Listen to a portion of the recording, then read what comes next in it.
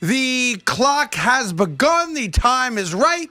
And the New York Jets are about to get really, really good. Or are they? Good afternoon, Evan. How are you today, kid? Oh, baby. Merry free agency in the NFL to you, sir. Yeah, unofficially, of course. But it's the you're allowed to tamper section, and that's what it is. It basically is free agency. Which, to me, is very exciting because the New York Jets have more money than everybody else. The draft is now a month away, and this should be the beginning of the New York Jets' search towards dominance. Is it too early to complain and say, come on, how come they haven't signed anybody? Not too early to do that at all. All right. Feel free, go ahead and complain. What the hell's going on, Joe? Joe? You want a Shaq Barrett? I mean, yes. I don't think Shaq Barrett wanted to leave Tampa. No, and he stayed there. Here's what I see. Shaq Barrett's back in Tampa, good for the Buccaneers. Bill Belichick got his hands on a tight end. Good for him. Right. And what the hell is Joe Douglas doing? No, don't say Where's what the hell is he doing. Where is Kenny Galladay? Let's go. Joe Thuney. Listen. I'm kidding. The New York Jets have preached to anyone that wants to listen. They believe in building a team through the draft. And, of course, free agents.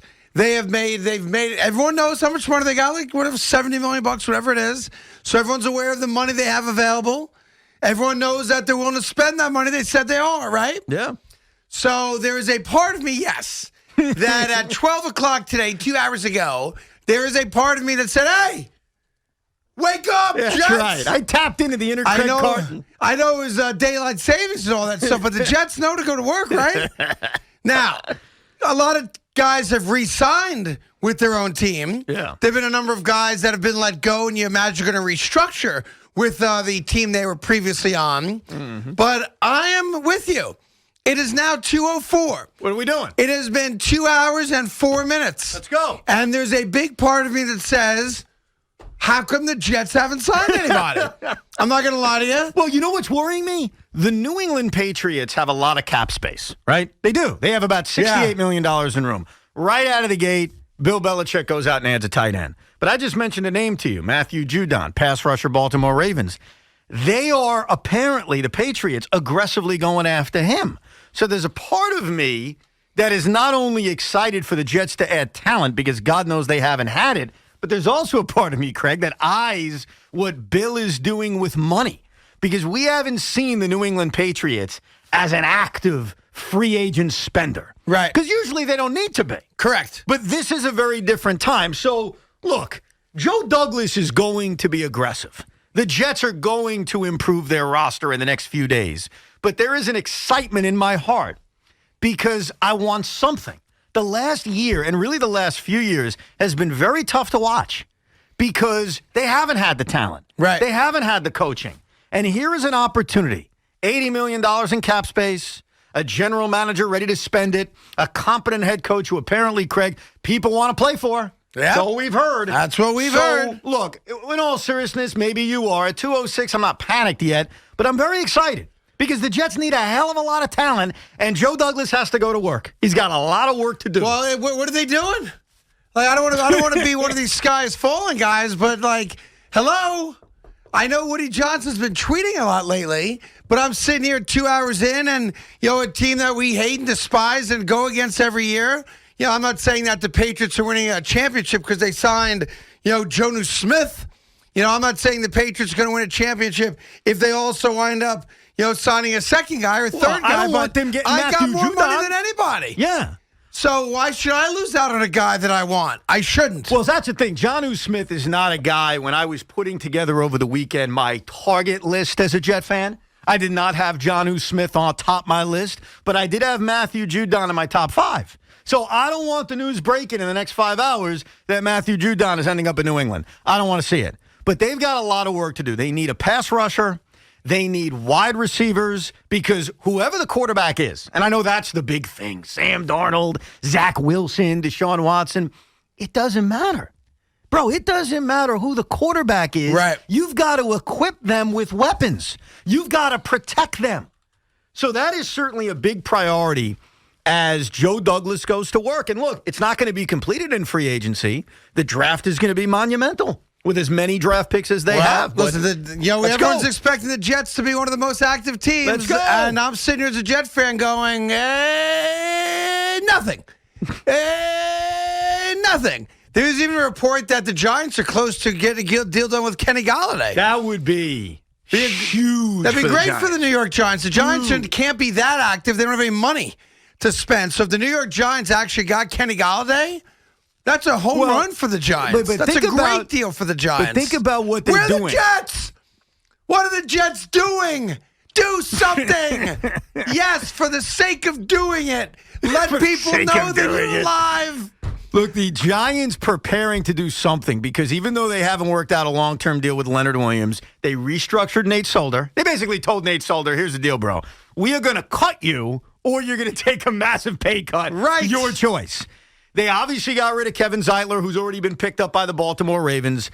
They need a number one receiver. And they're probably going to lose Dalvin Tomlinson, which stinks. Let's just face it. It stinks that they're going to lose him. But the reality is they probably are. If they could land Kenny Golladay, it's a huge home run. That would be a home run for the Giants. And yes, as a Jet fan, the Jets should be targeting Kenny Golladay. I don't know what the Jets. Who do you say? Do the Jets know it started?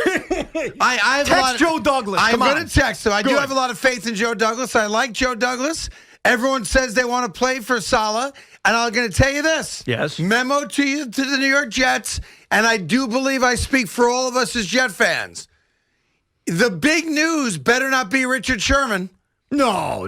Now, I think Richard Sherman is going to be a Jet. I want him to be a Jet. But that better not be the big news. No. I better not hear of this team getting that guy and this team. And if the Giants get Golladay and the Jets come up with, we got veteran leadership for the locker room, I'm going to be pissed. I'm going to be pissed. And every other Jet fan. See, we were sold a promise. Mm-hmm. We were sold a promise that Chris Johnson was sick of losing. I bought into that yes, promise. Yes, you did. You bought into it. Then, of course, Woody Johnson came back from London, and he's treating like a drunken teenager these days. Okay, I got no problem with that. But I know you got the money. We all know about the draft capital. That's a month from now, unless, of course, they get Deshaun. Don't pull one of these, don't pull one of these. Well, we didn't think there was a... Don't pull one of them. We're not going to tolerate. This is supposed to be the offseason that make the New York Jets playoff contenders. No two ways about it. Playoff contenders? Yes. Is that really what you think the end result's going to be in 2021? The New York Jets have the draft picks and the free agency money to become playoff contenders. Okay, but right now they are coming from a place. Richard Sherman better not be all I hear this week. They are coming from a place where they won 2 games and were bereft of talent. Bereft of talent. Okay, you like that? Yeah. Now, they've got the head coach that I believe in, that you believe in, that most Jet fans believe in.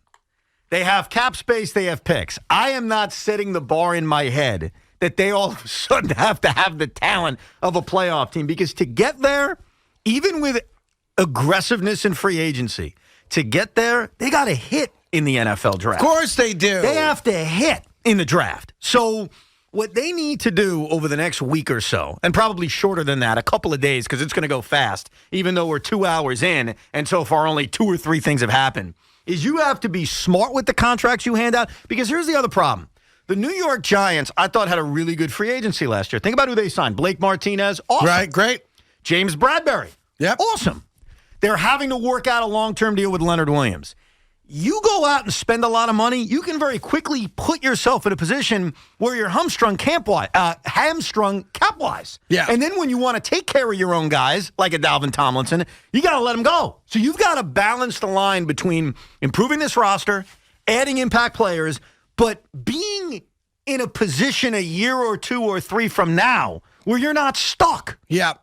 Listen, I'm with you on that. That's the balance Joe Douglas has to make right now. As the day unfolds, of course, we'll be here with you discussing it. But if you are a diehard Jet fan, and for that matter, Giant fan, we'll get your early emotional take as other teams have started to better themselves. And while it looks like, according to all the NFL insiders, that the Giants may be able to actually get a deal done with Kenny Golladay, which would be huge. The New York Jets, I don't know what to tell you. But we're going to complain about it until they do something really, really good all day, all week, all month long. here on the Fan. Other things to get to.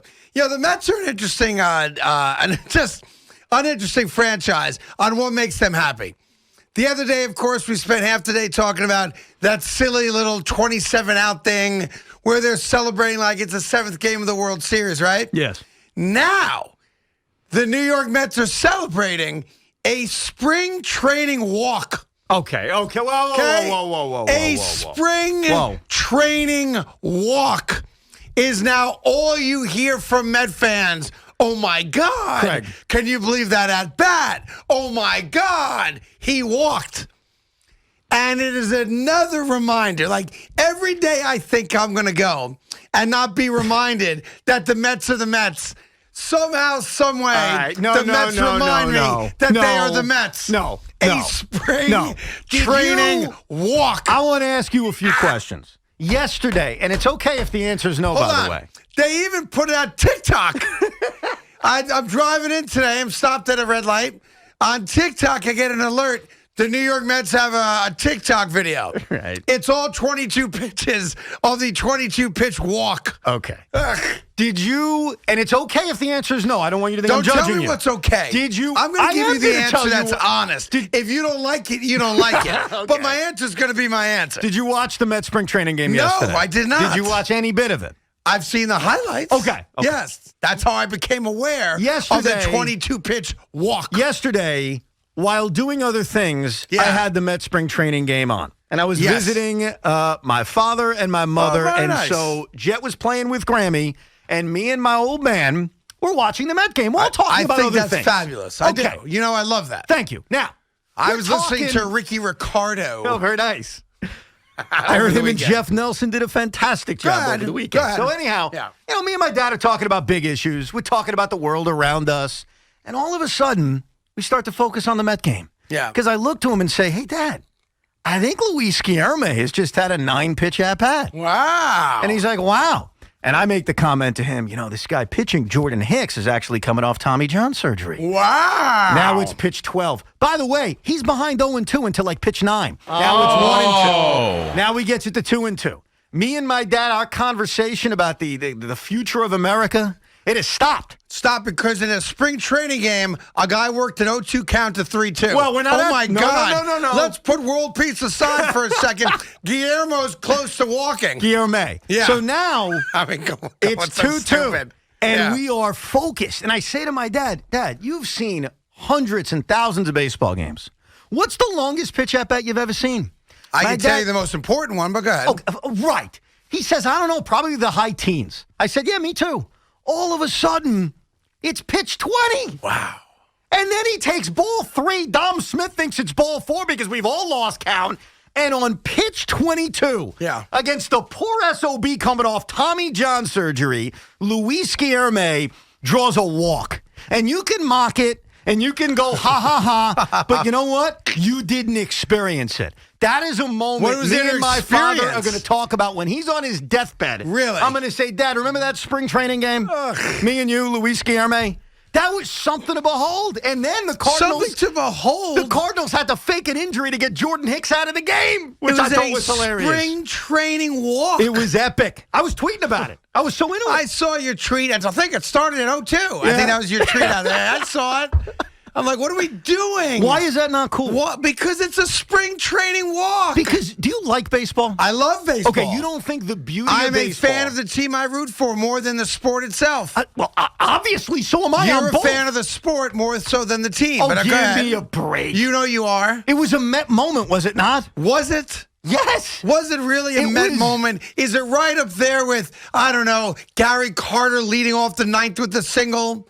Was it right up there with the Mookie Wilson dribble? You want to talk about fouling off pitches? Yes. Was it right up there with even the Fugazi no-hitter? Oh, God. Was it right up there with Matt Harvey telling Terry Collins, I'm pitching another inning? That's where it was? This one worked out better than that. In the pantheon, I know there's not been a lot of great Met moments. In the pantheon of Met moments, the spring training walk is up there. I mean, I didn't say that. I'm just saying it was enjoyable. You know what my favorite at-bat was, though? Because the 86 references I know about, I was 3. Sean Dunston. All right, just let that marinate for a second. Robin Ventura walk-off grand slam single. Yeah. Mets-Braves 1999. That inning, the 15th inning, started with an epic at-bat in the rain by Sean Dunston. With that said... Yeah, so let's put the Sean Dunston at-bat and Robin Ventura's walk-off single...